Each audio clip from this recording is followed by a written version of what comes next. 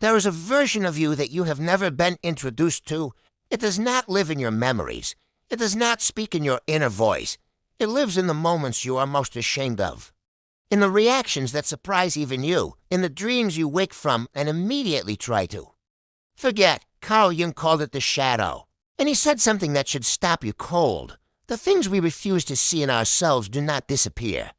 They go underground, and from underground, they run us. This video is about the parts of you that you buried alive, where they went, what they have been doing down there, and most crucially, why integrating them rather than fighting them is the only path to becoming whole. Jung developed his theory of the shadow as part of his broader model of the psyche, what he called analytical psychology, unlike Freud, who focused primarily on the unconscious as a repository of repressed drives and traumas. Jung saw the unconscious as vast, structured, and populated with autonomous figures, characters, archetypes, parts of the self that had split off and taken on lives of their own. The shadow is the most personal of these figures.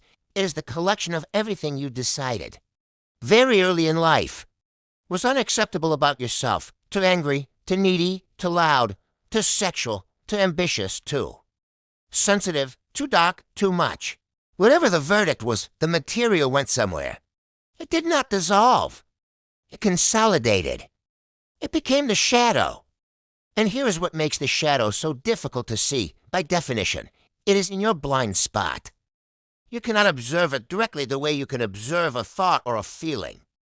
You can only see it through its effects, through what triggers you, through what you project onto others, through the dreams that won't leave you alone. You made a distinction between the personal shadow, the material from your individual life history, and the collective shadow, the darkness that entire cultures, nations, and groups project outward onto other groups. Because they cannot bear to see it in themselves, history is largely the story of collective shadow projection, but today we are talking about yours. So how does the shadow form? It begins in what Jung called the persona, the mask we present to the world, the acceptable self, the curated version. Every time you develop a persona trait, the opposite tends to get suppressed into shadow, the more rigidly perfect the persona, the larger and darker the shadow beneath it.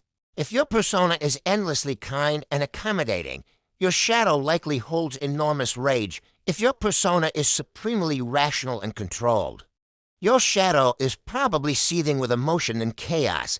If your persona is humble and self-effacing, your shadow almost certainly houses grandiosity and hunger for recognition. The shadow is not evil. This is the most important thing to understand. It is unlived life. It is the parts of the human experience that you decided, or were taught, you were not allowed to have. An unlived life does not sit quietly. It finds expression, usually sideways, usually in ways you would not choose. The most common pathway of shadow expression is what Jung called projection. When you cannot acknowledge something in yourself, you see it in others, magnified, distorted, charged with an emotional intensity that does not quite make sense. You do not think, that person reminds me of my own suppressed rage. You think, that person is enraging. Pay close attention to what triggers you most intensely in other people, the trait that drives you absolutely mad in someone else, the arrogance, the neediness, the laziness, the selfishness, the cruelty, more often than not. That intensity is a signal. The shadow is recognizing itself. This is not to say that nothing is ever genuinely the other person's fault. It is to say that the charge, the disproportionate emotional heat of the reaction, belongs to you. It is yours to work with. It is pointing somewhere inside. Jung also spoke of positive shadow, the parts of yourself that are not dark but brilliant, and that you suppressed because they felt unsafe or arrogant to claim. The talent you downplay, the ambition you call selfish, the intelligence you hide because it once made others uncomfortable, the beauty you dismiss, these are shadow too. And their suppression costs just as much. There is a related concept, the golden shadow.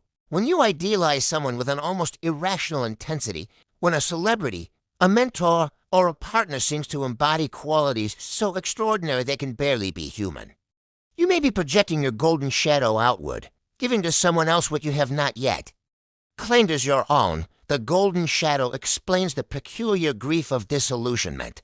When the idealized figure falls, shows flaws, betrays your image of them, the grief is not just about them, it is grief for the qualities you had placed in them for safekeeping.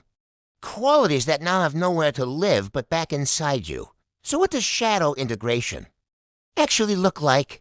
Jung called the process individuation, the lifelong work of becoming a whole person by gradually acknowledging and integrating the parts of the self that have been rejected. It is not a destination, it is a direction. The first step is what Jungians call shadow work, becoming curious rather than horrified about what lives in your blind spot when you notice a powerful projection, an outsized trigger. An irrational idealization, you turn toward it and ask, what is this showing me about what I have?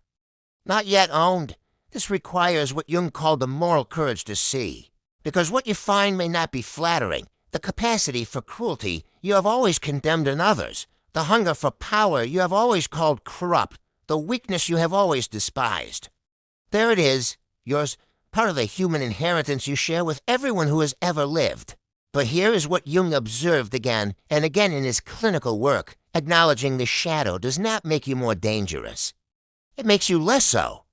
The person who knows they are capable of cruelty is the one who can choose not to be cruel.